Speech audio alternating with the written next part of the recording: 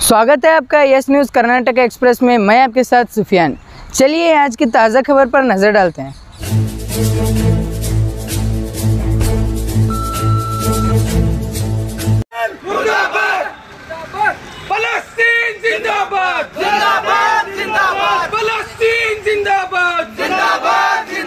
Israeli forces मुर्दाबाद, मुर्दाबाद, मुर्दाबाद। शर्म करो, शर्म करो, शर्म करो, शर्म करो। शर्म नहीं तो डूब मरो। शर्म करो, शर्म करो। फलस्तीन जिंदाबाद, फलस्तीन जिंदाबाद, जिंदाबाद, जिंदाबाद, जिंदाबाद,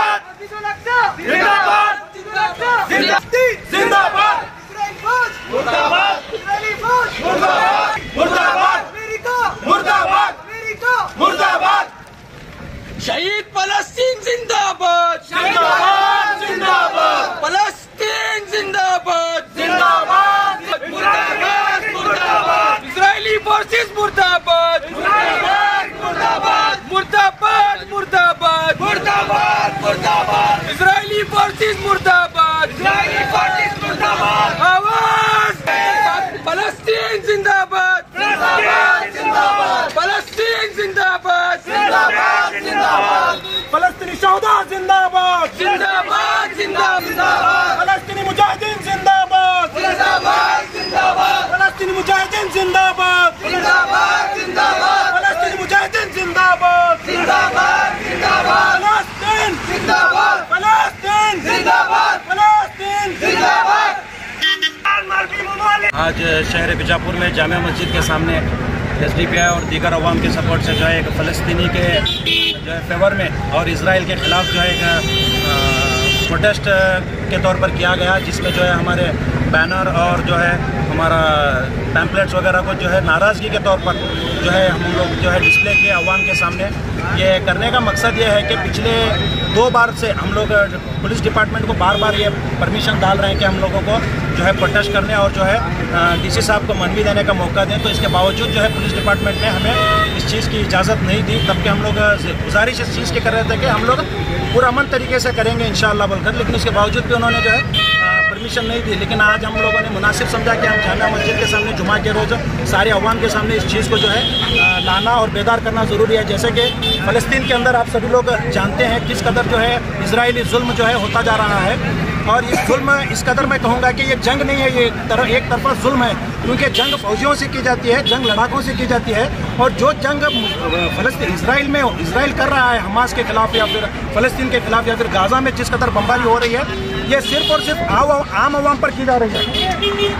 ये एक आम आवाम पर की जा रही है, जैसे कि टारगेटन तौर पर अस्पताल को कभी टारगेट बनाया जा रहा है और लाखों के हज़ारों की तादाद में जहाँ पर लोगों को जो है मार दिया जा रहा है, और जो है स्कूलों को टारगेट बनाया दिया जा रहा है। और ऐसे पानी पीने की जहाँ पर पानी मुहैया है वहाँ पर पानी पीने के लिए जमा हुए अवाम के ऊपर बम फेंका जा रहा है। तो ये बुज़दिल कौम, ये इजरायली बुज़दिल कौम, ये फौजी लड़ाकों से ना लड़ पाते हुए जो है ये आम लोगों की जाने लेकर लोगों को जो है तकलीफ पहुंचा रही है। और जिस कदर इसराइल फ़लस्तीन पर जो ख्वाब इसराइल का है कि हम लोग कब्जा करेंगे, ये कभी नहीं होने वाला इंशाल्लाह, क्योंकि फ़लस्तीन में मौजूद जो मर्द मुजाहिदीन है वो इंशाल्लाह क़यामत तक लड़ते रहेंगे, लेकिन तुम्हें जो है फ़लस्तीन पर कब्जा करने का मौका नहीं देंगे इंशाल्लाह। आने वाले दिनों में यही फ़लस्तीनी मुजाहिदीन जो है मस्जिद अक्सा पर भी अपना कब्जा करेंगे।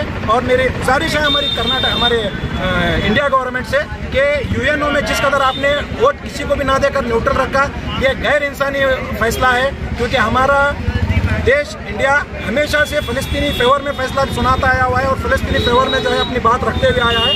इसी तरह से हमारे देश को भी चाहिए था कि हम फ़लस्तीन के फेवर में खड़े रहें। हम ये गैर इंसानी फैसला जो कि जिस कदर हमारे मुल्क की जानिब से हुआ है, ये हमें नागवारा गुजरा है। हम हुकूमत से दरख्वास्त करते हैं कि आप UNO पर जोर डालें और UNO की जानिब से इसराइल को इस जंग को रोकने के लिए मैं नहीं कहूँगा, जंग फौजियों के दरमियान है तो बरकरार रही तो हमें उससे अफसोस नहीं है, क्योंकि ये जंग ताक़यामत तक चलती रहेगी। लेकिन जंग के नाम पर जिस कदर अवाम पर जुल्म हो रहा है, जिस कदर मासूम बच्चों की लाशों को जो है ढोया जा रहा है, जिस कदर मासूम बच्चों का लहू बहाया जा रहा है, जिस कदर जो है औरतों का लहू बहाया जा रहा है, ये जुल्म को रोके, ये यूएनओ इस पर प्रेशर डाले, हमारी ये दरख्वास्त है। और मैं खास तौर से कहूँगा कि बच्चों को टारगेट बनाकर जो बुज़दिलाना फैसला है ये इजराइल कर रहा है, ये इसमें कामयाब नहीं होने वाला। ये आप फिरौन की चाल चलकर मूसा को नहीं रोक सकते, अब याद रखिए। इंशाअल्लाह मूसा ये फ़लस्तीन के अंदर ज़रूर आएगा और इनकलाब ज़रूर आएगा, मस्जिद अक्सा फ़लस्तीनियों की ज़रूर होगी इंशाअल्लाह।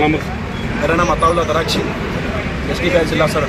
और एक बात मैं मेरे मुल्क के लोगों से, मुसलमानों से कहना चाहता हूँ कि मेरे खास तौर से बड़ी माजरत के साथ मैं कहना चाहता हूँ इस बात को कि मेरे मुल्क के मुसलमान और मेरे उलमा जो मेंबरों पर खड़े होकर अपने ख्यालात का इजहार करते हैं, मुल्क के हालात से लोगों को रूबरू कराते हैं, मैं गुजारिश करता हूँ बड़े अदबाना तरीके से कि आप लोग रास्तों पर आएँ, आप लोग अव्वल सफ़ में आएँ। आप लोगों के पीछे खड़ी होने वाली मुसलमान कौम, याद रखिए, आपके इशारे पर अपनी जानों को लुटाने के लिए तैयार है। अपने ये हालात जिस कदर फ़लस्तीन में हो रहे हैं, ये यहूदी का एक नाजायज़ तबका इस मुल्क में भी बसता है, वो नाजायज़ तबका खुदा ना करे अगर कल के रोज़ यही चीज़ अगर हिंदुस्तान में दोहराने आए तो इसे मुंह तोड़ जवाब देने के लिए मेरे मुल्क के मैं ख़ास तौर से उलमा से कहता हूँ कि आप पहली सफ़ में खड़े रहें। आपके पीछे मुल्क की सारी अवाम जो है हमेशा से इंशाअल्लाह खड़ी रहेगी। आपके एक इशारे पर हम लोग जान देने के लिए तैयार हैं। आपको आगे आना होगा, क्योंकि ये मामले में पॉलिटिशियंस आगे नहीं आएंगे, क्योंकि पॉलिटिशियंस का अपना ज़ाती मफाद होता है,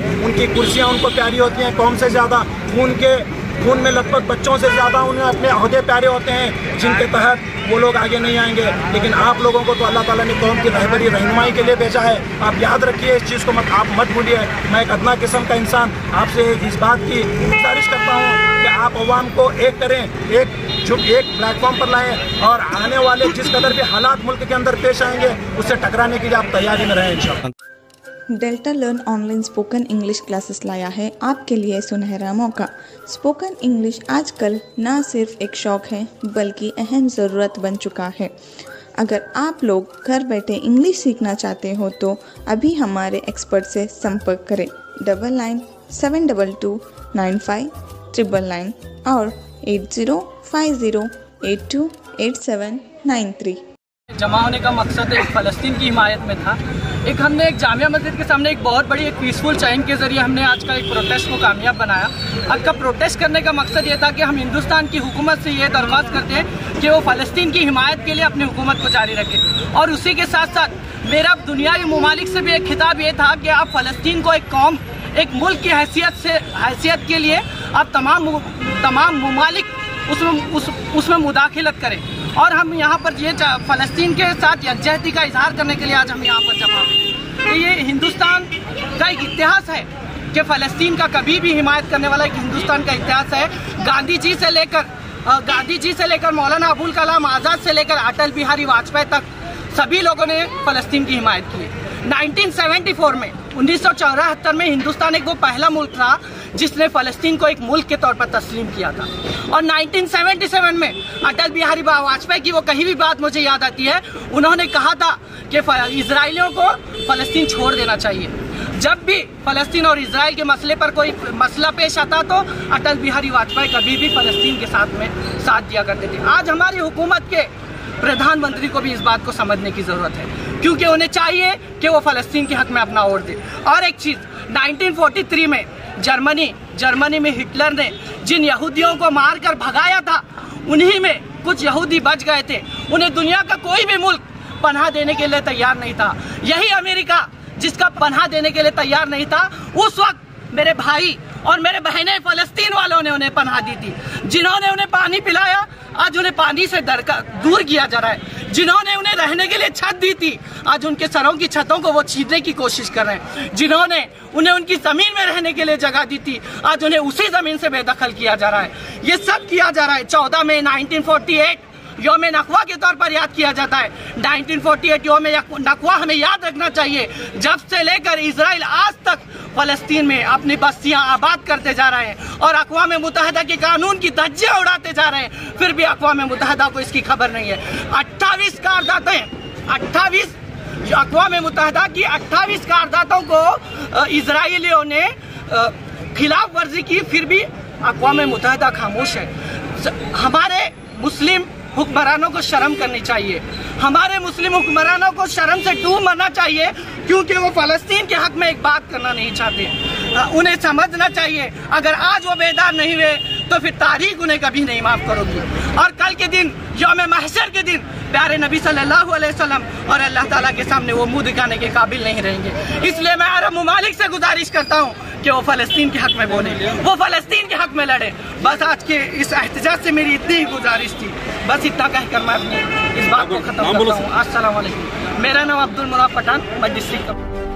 ಯಾವುದೇ ಹೊಸ ಸುದ್ದಿಯನ್ನ ನೋಡಲು ನಮ್ಮ ಎಸ್ ನ್ಯೂಸ್ ಕರ್ನಾಟಕ ಎಕ್ಸ್‌ಪ್ರೆಸ್‌ನ ನೋಡ್ತಾ ಇರಿ, ಹಾಗೆ ನಮ್ಮ ಚಾನೆಲ್ನ ಸಬ್ಸ್ಕ್ರೈಬ್ ಮಾಡಿ, ಬಾಜು ಇರುವ ಬೆಲ್ ಐಕಾನ್ ಅನ್ನ ಕ್ಲಿಕ್ ಮಾಡಿ, ಹಾಗೆ ನಮ್ಮ ಚಾನೆಲ್ನ ಲೈಕ್ ಮಾಡಿ, ಶೇರ್ ಮಾಡಿ. ನಮ್ಮ ನಡೆ ಸತ್ಯದ ಕಡೆ.